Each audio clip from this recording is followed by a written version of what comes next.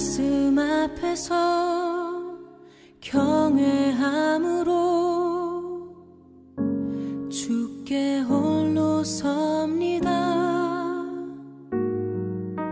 생명의 말씀 읽고 순종해 주를 예배합니다.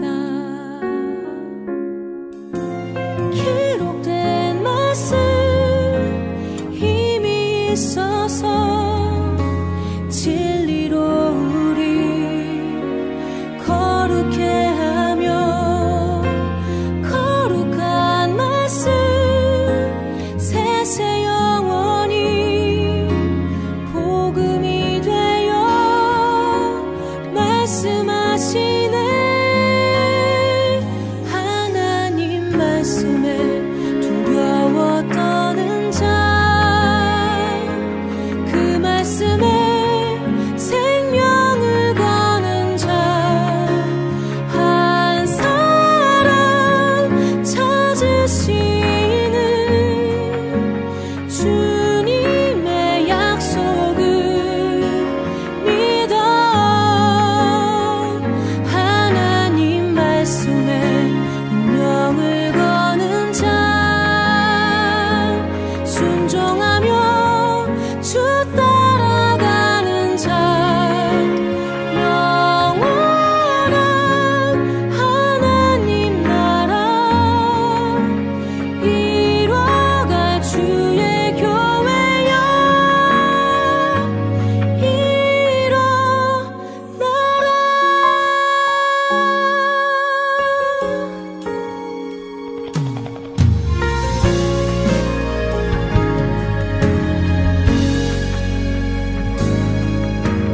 말씀 앞에서 경외함으로 주께 홀로 섭니다. 생명의 말씀 읽고 순종해 주를 예배합니다. 기록된 말씀 힘이 있어서 진리로 우리 거룩해 하며 거룩한 말씀 세세 영원히 복음이 되어 말씀하시네. 하나님 말씀에 두려워 떠는 자 그 말씀에 생명을 거는 자 한 사람 찾으시는 주님의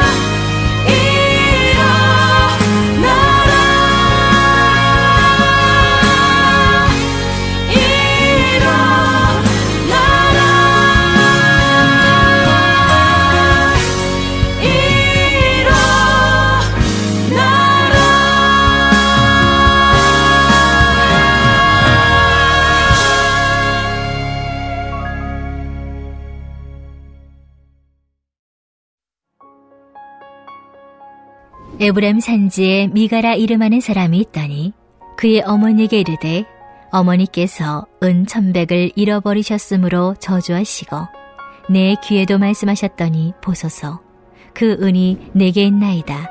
내가 그것을 가졌나이다 하니 그의 어머니가 이르되 내 아들이 여호와께 복받기를 원하노라 하니라. 미가가 은 1,100을 그의 어머니에게 도로 주매 그의 어머니가 이르되 내가 내 아들을 위하여 한 신상을 새기며 한 신상을 부어 만들기 위해 내 손에서 이 은을 여호와께 거룩히 드리노라. 그러므로 내가 이제 이 은을 내게 도로 주리라. 미가가 그 은을 그의 어머니에게 도로 주었으므로 어머니가 그 은 200을 가져다 은 장식에게 주어 한 신상을 새기고 한 신상을 부어 만들었더니 그 신상이 미가의 집에 있더라. 그 사람이 미가에게 신당했으므로 그가 에봇과 드라빔을 만들고 한 아들을 세워 그의 제사장으로 삼았더라. 그때에는 이스라엘에 왕이 없었으므로 사람마다 자기 소견에 옳은 대로 행하였더라. 유다 가족에 속한 유다 베들레헴에 한 청년이 있었으니 그는 레인으로서 거기서 거류하였더라. 그 사람이 거주할 곳을 찾고자 하여 그 성읍 유다 베들레헴을 떠나가다가 에브라임 산지로 가서 미가의 집에 이르매 미가가 그에게 묻되 너는 어디서부터 오느냐 하니 그가 이르되 나는 유다 베들레헴의 레인으로서 거류할 곳을 찾으러 가노라 하는지라. 미가가 그에게 이르되 내가 나와 함께 거주하며 나를 위하여 아버지와 제사장이 되라. 내가 해마다 은 10과 의복 1벌과 먹을 것을 주리라 하므로 그 레인이 들어갔더라. 그 레인이 그 사람과 함께 거주하기를 만족하게 생각했으니 이는 그 청년이 미가의 아들 중 하나같이 됨이라. 미가가 그 레인을 거룩하게 구별하매 그 청년이 미가의 제사장이 되어 그 집에 있었더라. 이에 미가가 이르되 레위인이 내 제사장이 되었으니 이제 여호와께서 내게 복 주실 줄을 아노라 하니라. 아멘. 지금으로부터 10년 전 미국에서 어느 한 유명한 목사가 지옥의 존재를 부정하는 사랑이 이긴다라는 제목의 책을 발간하여 큰 논란이 되었던 적이 있습니다.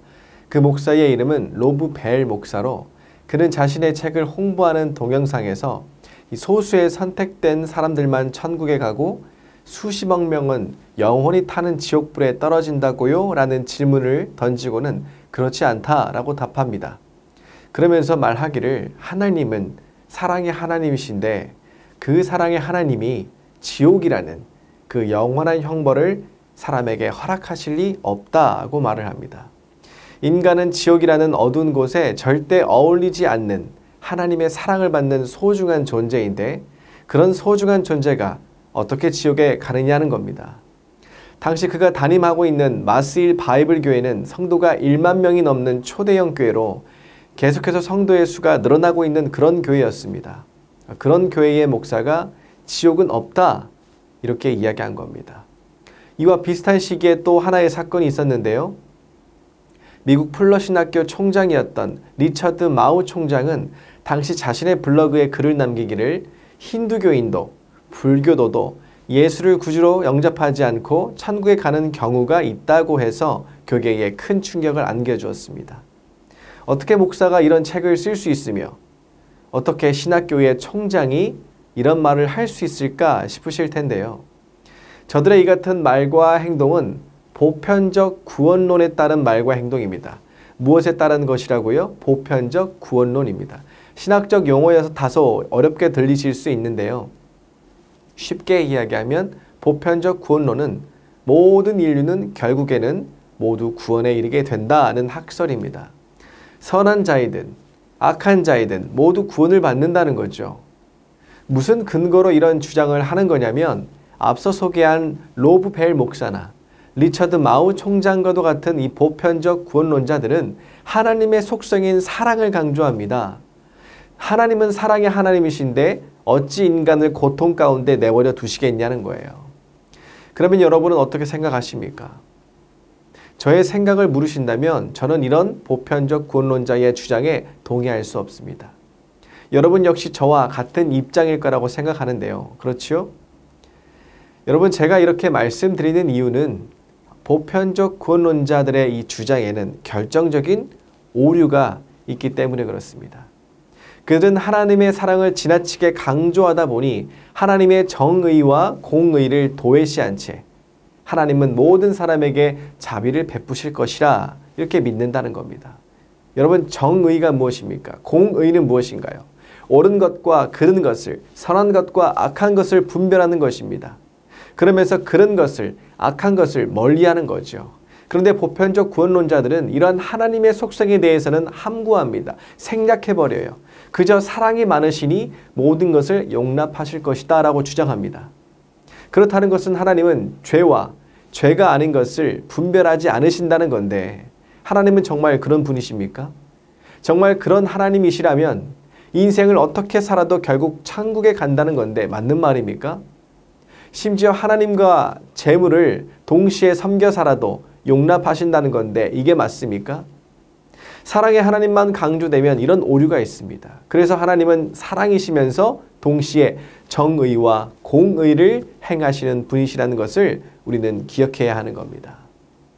또 한 가지 결정적인 오류가 있습니다. 보편적 구원론은 하나님을 인간의 종으로 전락시킨다는 거예요. 왜냐하면 인간이 어떤 삶을 살든 하나님은 그를 구원시키기 위해 애써야 한다는 거지요. 마땅히 그가 천국에 들어가도록 일하셔야 한다는 겁니다. 그렇게 인간이 주체가 되고 하나님이 객체가 되는 오류가 빚어지는 것을 보편적 구원론은 당연하다는 듯이 받아들입니다. 이런 입장이다 보니 보편적 구원론자들은 하나님은 모두를 사랑하셔서 아무도 지옥에 보내지 않는다는 말을 하는 겁니다. 구원받을 수 있는 길은 예수 그리스도 외에도 있다는 말을 하는 거예요. 그렇다면 성경에서는 인간을 어떤 존재로 이야기하고 있을까요? 이사야 43장 7절의 말씀입니다. 내 이름으로 불려지는 모든 자, 곧 내가 내 영광을 위하여 창조한 자를 오게 하라. 그를 내가 지었고 그를 내가 만들었느니라. 아멘. 여기서 내 이름으로 불려지는 모든 자라는 표현은 하나님이 이름을 주신 모든 자라는 말입니다. 그러면서 이름을 주는 모든 자를 가리켜 내가 그를 지었고 내가 그를 만들었다라고 성경은 말씀합니다. 이 내용으로 볼 때 성경은 인간을 어떤 존재로 보는 겁니까? 인간은 하나님께 이름을 부여받은 존재라는 거예요. 그 존재를 결정하고 의미를 부여하는 이가 하나님이 되신다는 겁니다. 무슨 말이냐면 인간이 존재할 수 있는 이유는 하나님께서 인간을 지으셨기 때문이라는 거예요. 그리고 한마디 덧붙이기를 인간이 존재하는 이유는 하나님의 영광을 위해서라고 말합니다. 그렇다는 것은 사람을 위해 하나님이 존재하는 것이 아니라 하나님을 위해 사람이 존재한다는 뜻이죠. 이것이 인간의 존재의 목적이라는 겁니다. 그러니 인간 자신이 주체가 될 수 없다는 거죠. 그러니 인간이 하나님을 객체 삼을 수 없다는 겁니다. 그렇다는 것은 인간은 자신이 주체가 될 수 없고 하나님을 객체 삼을 수 없다는 겁니다. 여러분, 바벨탑 사건을 잘 아실 텐데요. 이 사건에 대한 성경의 기록은 이렇습니다. 창세기 11장 4절의 말씀에 이렇게 기록되어 있습니다. 또 말하되 자 성읍과 탑을 건설하여 그 탑 꼭대기를 하늘에 닿게 하여 우리 이름을 내고 온 지면에 흩어짐을 면하자 하였더니, 여기서 보면 바벨탑 쌓기 위해 모인 자들이 뭐라고 말합니까? 우리 이름을 내자 말합니다. 원어로 직역하면 이름을 새기다, 이름을 주다 라는 뜻을 담고 있는데요. 누가 누구에게 이름을 준다는 겁니까? 자신이 자신에게 이름을 준다는 거예요. 여러분, 뭔가 잘못되었죠. 무엇이 잘못되었습니까? 앞서 우리가 읽었던 이사야서 43장 7절 말씀에 의하면 인간은 하나님으로부터 이름을 부여받는 존재인데 저들은 이를 부정하며 우리 이름을 내자 외쳤던 겁니다. 하나님 없이 스스로 하고 싶은 대로 살겠다 선언한 거지요. 이렇게 인간이 하나님을 뒤로 한 채 자신들이 주체가 되겠다는 생각이 현실화되어서 드러난 사건이 바로 바벨탑 사건인 겁니다. 이것이 에덴 동산에서의 선악과 사건을 계기로 역사 속에서 계속해서 반복되어 나타나고 있는 인간의 모습인 겁니다. 주체가 되고자 하는 거예요. 자기 소견에 옳은 대로 행동하는 겁니다. 역사 속에서 계속해서 반복되어 나타나고 있는 인간의 모습인 겁니다. 스스로 삶의 주체가 되어 자기 소견에 옳은 대로 행동합니다. 그래서 이런 인간의 모습은 창세기에서부터 요한계시록에 이르기까지 계속해서 등장하고 있는 거예요. 오늘 본문도 그러합니다. 오늘 본문은 에브라임 산지에 사는 미가에 대한 이야기를 담고 있는데요. 본문 1절의 말씀을 함께 읽겠습니다. 1절의 말씀입니다.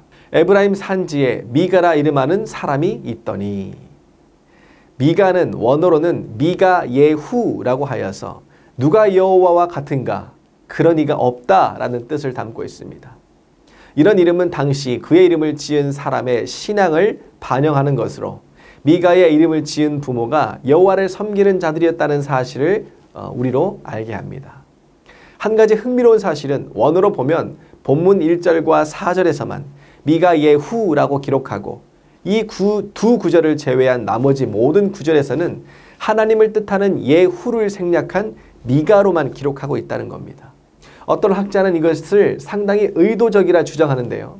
미가 예후라고 하지 않고 미가로 이야기를 전개하는 것은 여호와를 섬긴다고는 하지만 실상은 그렇지 않았던, 겉으로는 여호와를 섬기나 실상은 여호와를 인정하지 않았던 미가와 그의 집의 영적 상태를 보여주며, 이는 더 나아가 이스라엘 공동체 전체와 당시 사사시대의 단면을 그대로 보여주는 것이라 이렇게 말합니다. 이러한 개인과 가정을 넘어 공동체의 타락으로까지 이어지고 있는 이스라엘의 현실은 본문 속에 등장하는 새 인물인 미가의 어머니와 레위인 제사장과 미가의 행동을 통해서도 확인되고 있습니다. 그러면 본문 내용을 살펴보겠는데요. 먼저 우리가 주목해야 하는 인물은 미가의 어머니입니다. 본문 2절의 말씀을 함께 읽겠습니다. 그의 어머니에게 이르되 어머니께서 은 1,100을 잃어버리셨으므로 저주하시고 내 귀에도 말씀하셨더니 보소서 그 은이 내게 있나이다. 내가 그것을 가졌나이다 하니 그의 어머니가 이르되 내 아들이 여호와께 복받기를 원하노라 하니라. 2절의 내용은 이렇습니다. 미가의 어머니가 은 1,100개를 잃어버립니다. 당시 은 1개는 노동자가 4일을 일해야 벌 수 있는 임금이었다고 하는데요. 그러니까 은 1,100개면 노동자가 4,000일 하고도 400일을 꼬박 일해야 벌 수 있는, 그것도 하나도 쓰지 않아야 모을 수 있는 큰 돈이었습니다. 그런데 그 은 1,100개를 도둑 맞았으니 얼마나 속상했겠어요. 이에 미가의 어머니가 어떻게 행동하냐면 그 은 1,100개를 가져간 자를 저주합니다. 그런데 그 도둑이 자신의 아들 미가라는 사실을 알고는 곧바로 여호와께 복받기를 원한다는 말로 미가를 축복하죠. 여기서 보게 되는 미가의 어머니의 문제가 무엇입니까? 은 1,100개를 훔쳐간 도둑이 자신의 아들이라는 것을 알고 저주를 돌이키는 것까지는 좋았습니다. 어머니니까요. 하지만 어떤 책망도 없습니다. 도둑질 하지 말라는 계명을 어긴 것에 대하여서 하나님 앞에 회개하라는 그런 훈계도 없습니다. 오히려 곧바로 믿음의 기도의 내용을 달리하여서 아들 미가를 축복합니다. 이것은 그녀의 기도가 하나님을 향한 진실한 기도였다기보다는 자신의 뜻을 관철시키려는 목적으로 하나님을 끌어들이는 기도였다는 것을 알게 하죠. 그리고 미가의 어머니는 미가에게서 돌려받은 그 은을 가지고 어떻게 합니까? 은장색, 다시 말해서 은으로 조각 활동을 하는 자를 찾아가서 은 200개를 주고 신상을 만듭니다. 오늘 본문의 4절의 말씀입니다. 미가가 그 은을 그의 어머니에게 도로 주었으므로 어머니가 그 은 200을 가져다가 은장색에게 주어 한 신상을 새기고 한 신상을 부어 만들었더니 그 신상이 미가의 집에 있더라. 또한 제사장에 오신 에봇과 점을 치는 데 사용했던 인간 형상의 신상인 드라빔을 만들고는 자기 아들 중 한 명을 자기 집의 제사장으로 삼습니다. 본문 5절입니다. 그 사람 미가에게 신당이 있으므로 그가 에봇과 드라빔을 만들고 한 아들을 세워 그의 제사장으로 삼았더라. 4절과 5절에서 보게 되는 미가의 어머니의 문제가 무엇입니까? 겉으로 보기에는 그녀의 행동은 엄연한 신앙생활이었습니다. 하지만 하나님께서 보시기에 그녀의 행동은 사실은 우상 섬김에 불과했다는 거지요. 여호와께 거룩히 드리겠다는 고백을 담아 신상을 만들었으나 하나님의 뜻과는 상관없는 행동이요, 자기 만족에서 비롯된 행동이었다는 겁니다. 그래서 오늘 본문 6절에서 성경은 무엇이라 말합니까? 그때에는 이스라엘의 왕이 없으므로 사람마다 자기 소견에 옳은 대로 행하였더라, 이렇게 기록하고 있습니다. 그 다음 우리가 주목해야 할 인물은 레위인 제사장입니다. 본문 7절과 8절 말씀입니다. 유다 가족에 속한 유다 베들레헴에 한 청년이 있었으니 그는 레위인으로서 거기서 거류하였더라. 그 사람이 거주할 곳을 찾고자 하여 그 성읍 유다 베들레헴을 떠나가다가 에브라임 산지로 가서 미가의 집에 이르매. 아멘. 본래 레위 지파는요, 6개의 도피성을 포함한 40여 개의 성읍에 흩어져 살던 지파였습니다. 하나님께서 나머지 지파들에게 레위 지파가 거할 성읍을 주라 명하셨기에 레위인들은 따로 기업을 받지 못하는 대신 하나님을 섬기는 일을 하면서 나머지 지파들로부터 생활비를 받도록 되어 있었습니다. 하지만 오늘 본문 속 레위인을 보세요. 그는 미가의 집에 머물기까지 방랑자의 삶을 살았다고 기록하고 있습니다. 그렇다는 것은 무엇을 의미하겠습니까? 무슨 의미겠습니까? 다른 지파들이 레위 지파 사람들에게 거할 곳을 주지 않았다는 거예요. 겉으로는 하나님의 이름을 부르며 섬기는 척하고 실상은 하나님의 말씀을 지키지 않았던 겁니다. 이스라엘 전체가 하나님의 말씀을 지키지 않고 있었던 거죠. 그렇게 레위인은 떠도는 삶을 살며 거류하는 곳을 찾던 중에 이 미가의 집을 찾게 됩니다. 오늘 본문 10절과 11절의 말씀입니다. 미가가 그에게 이르되 내가 나와 함께 거주하며 나를 위하여 아버지와 제사장이 되라. 내가 해마다 은열과 의복 한 벌과 먹을 것을 주리라 하므로 그 레위인이 들어갔더라. 그 레위인이 그 사람과 함께 거주하기를 만족하게 생각했으니 이는 그 청년이 미가의 아들 중 하나같이 됨이라. 아멘. 여기서 보게 되는 레위인의 문제가 무엇입니까? 그는 거주할 곳을 찾았습니다. 돈도 옷도 받게 되었고 먹을 것도 얻게 되었습니다. 여기에다가 어미가 자식을 대하듯 친절한 대우도 받게 되었습니다.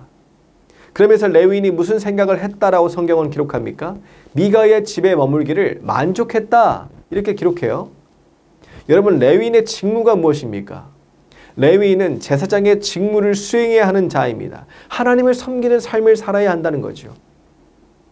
그런데 돈으로 고용되고 재물과 안락한 삶에 만족해버린 그가 과연 하나님의 말씀을 올바로 전달하겠습니까?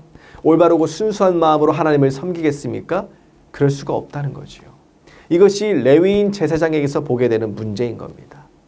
마지막으로 우리가 주목해야 하는 인물은 미가입니다. 오늘 본문 12절과 13절의 말씀을 함께 읽겠습니다.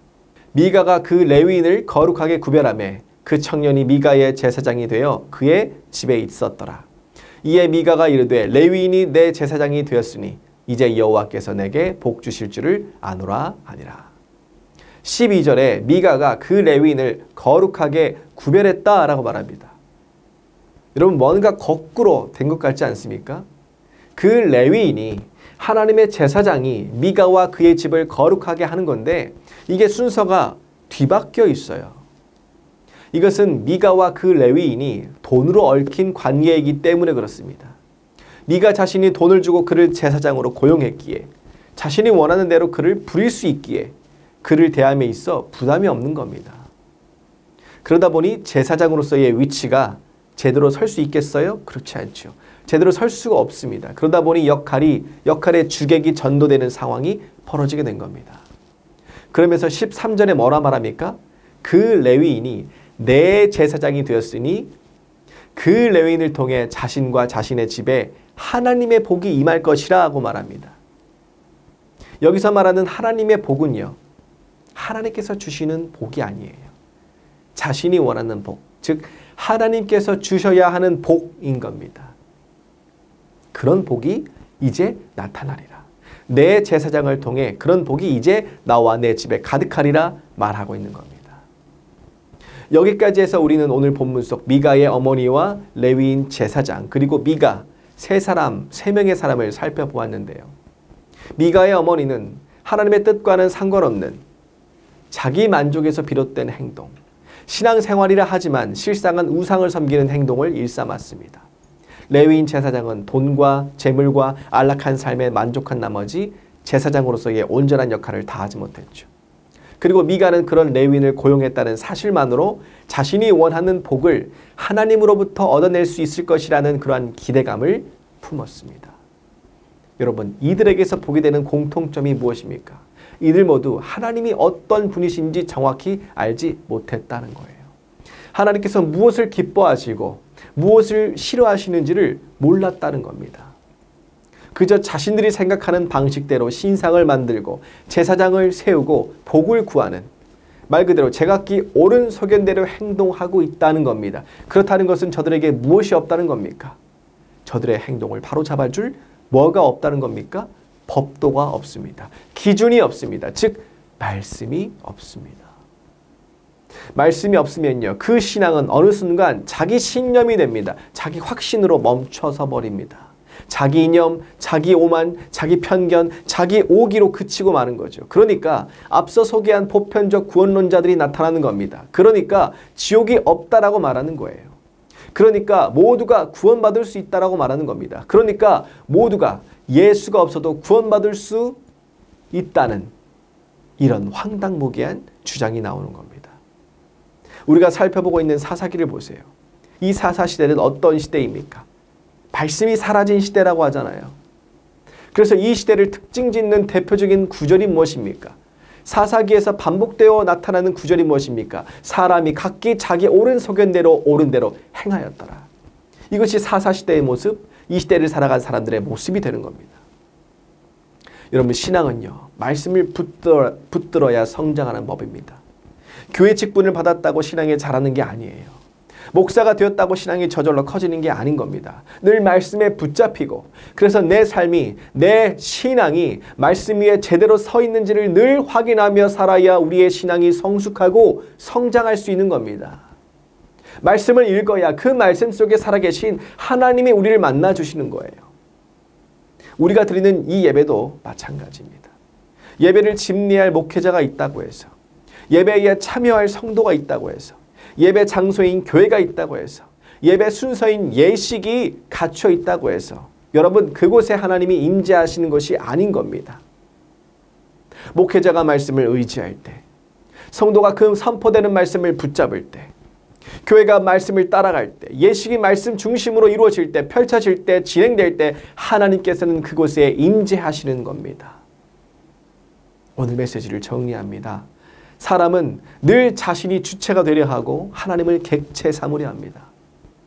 그러다 보니 사람은 하나님의 뜻과는 무관한, 하나님의 뜻에 무지한 삶을 살아갑니다. 이러한 인간의 삶을 보여주는 대표적인 인물이 바로 오늘 본문 속에 등장하는 미가의 어머니와 레위인 제사장과 미가였던 겁니다. 저들 모두는 종교적인 외형은 갖추고 있었죠. 외형적으로는 하나님을 인정하는 모습을 보였습니다. 그러한 삶을 살았습니다. 하지만 성경은요, 그들은 겉으로 볼 때는 그리하나 그 내면과 삶은 여전히 자신들이 왕노릇하면서 욕심과 욕망대로 살아가는 삶이라 평가하더라는 거예요. 그러므로 우리는 어떤 삶을 살아야겠습니까? 참 신앙인은 무엇보다 하나님의 말씀을 삶의 기준으로 삼아야 합니다. 그리하여 하나님의 통치가 그 삶의 모든 영역에 나타나게 해야 하는 거예요. 여러분, 이러한 삶을 살아가시는 여러분 모두가 되시기를 간절히 소망합니다. 진리의 말씀이 내 입에서 조금 더 떨어지지 말게 하시기 바랍니다. 살아있고 활력 있는 말씀을 붙잡으시기 바랍니다. 나의 은신처요 방패가 되는 말씀을 의지하시기 바랍니다. 내 발의 등이요 내 길에 빛이 되는 말씀을 따라 걸어가시길 바랍니다. 이러한 말씀 중심의 삶을 살아가는 여러분의 가정, 여러분 모두가 되시기를, 또한 여러분이 속한 일터와 교회가 되시기를, 그리하여 믿음의 성장과 성숙을 이루어가시는 축복이 늘 함께 하시기를 주님의 이름으로 간절히 축원드립니다. 이 시간 함께 기도하기를 원합니다. 외형적으로는 하나님을 섬기나 그 내면은 하나님을 멀리했던 사사시대를 살아간 이스라엘과 같지 않게 하시고 오직 말씀 안에서 하나님을 진정으로 섬기며 하나님 중심으로 살아가는 신앙인이 되게 하여 주옵소서. 두 번째로 함께 기도할 것은 코로나로부터 우리의 형편과 우리의 일상을 지켜주시고 해외에 계신 선교사님들과 국내 미자립 농촌교회 목사님들과 그 가정 가운데 그 사역 가운데 길을 내시고 인도하셔서 풍성한 열매를 맺게 하여 주옵소서. 다음 세대를 위한 교회 건축이 하나님의 인도하심 가운데 하나씩 순적하게 이루어져 가기를 더욱 하나 되어 기도하는 후반기의 여정, 우리 전주 안디옥교회가 될 수 있도록 인도하여 주옵소서. 이 기도의 제목을 붙잡고 우리가 이 시간 함께 부르짖어 기도하시겠습니다.